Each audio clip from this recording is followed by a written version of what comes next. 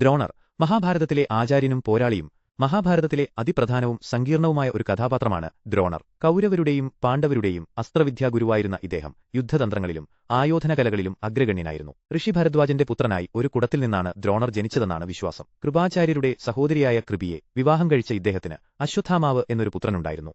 വിദ്യാഭ്യാസം, പ്രതിജ്ഞ, പ്രതികാരം. അഗ്നിവേശനിൽ നിന്ന് അസ്ത്രവിദ്യയും ഭാർഗവ പരശുരാമനിൽ നിന്ന് ദിവ്യാസ്ത്രങ്ങളും ദ്രോണർ സ്വായത്തമാക്കി. തന്റെ ബാല്യകാല സുഹൃത്തായ ദ്രുപദൻ പാഞ്ചാല രാജാവ് തന്നെ അപമാനിച്ചപ്പോൾ അതിന് പ്രതികാരം ചെയ്യാൻ ദ്രോണർ പ്രതിജ്ഞയെടുത്തു. പിന്നീട് ഹസ്തിനപുരത്തിലെത്തിയ ദ്രോണർ ഭീഷ്മരുടെ നിർദ്ദേശപ്രകാരം കൗരവരുടെയും പാണ്ഡവരുടെയും ഗുരുസ്ഥാനം ഏറ്റെടുത്തു. ശിഷ്യന്മാരെ അഭ്യസിപ്പിക്കുന്നതിനിടയിൽ ദ്രുപദനോടുള്ള തന്റെ പ്രതികാരം വീട്ടാൻ ദ്രോണർ അവസരം കണ്ടെത്തി. തന്റെ പ്രിയശിഷ്യനായ അർജുനനെ അയച്ച് ദ്രുപദനെ പിടിച്ചുകെട്ടിക്കൊണ്ടുവരാൻ ആവശ്യപ്പെട്ടു. അർജുനൻ ദ്രുപദനെ കീഴ്പ്പെടുത്തി ദ്രോണരുടെ മുന്നിൽ ഹാജരാക്കി. ദ്രോണർ ദ്രുപദന്റെ രാജ്യം പകുത്തെടുത്ത് പ്രതികാരം ചെയ്തു. എന്നാൽ ഇത് ദ്രുപദനെ കൂടുതൽ പ്രകോപിപ്പിക്കുകയും ദ്രോണനെ വധിക്കാൻ കഴിവുള്ള ഒരു പുത്രനെ ദൃഷ്ടദ്യുമ്നൻ ലഭിക്കാനായി അദ്ദേഹം യാഗം നടത്തുകയും ചെയ്തു.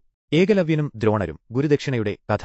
പ്രശസ്തമായ ഏകലവ്യൻ കഥ ദ്രോണരുടെ വ്യക്തിത്വത്തിലെ സങ്കീർണത വെളിവാക്കുന്നു. ദ്രോണരുടെ ശിഷ്യനാകാൻ ആഗ്രഹിച്ച ഏകലവ്യനോട് അർജുനനാണ് ലോകത്തിലെ ഏറ്റവും വലിയ വില്ലാളിയാകേണ്ടത് എന്ന വാക്കു പാലിക്കാൻ വേണ്ടി ദ്രോണർ ഗുരുദക്ഷിണയായി ഏകലവ്യന്റെ തള്ളവിരൽ ആവശ്യപ്പെട്ടു. ഏകലവ്യൻ അത് സന്തോഷപൂർവ്വം നൽകുകയും ചെയ്തു. ഇത് ദ്രോണരുടെ പ്രതിജ്ഞാബദ്ധതയും എന്നാൽ ചിലപ്പോൾ ധാർമ്മികമായ ചോദ്യങ്ങൾ ഉയർത്തുന്നതുമായ നടപടികളെയും എടുത്തുകാണിക്കുന്നു. കുരുക്ഷേത്ര യുദ്ധത്തിലെ ദ്രോണരുടെ പങ്ക്.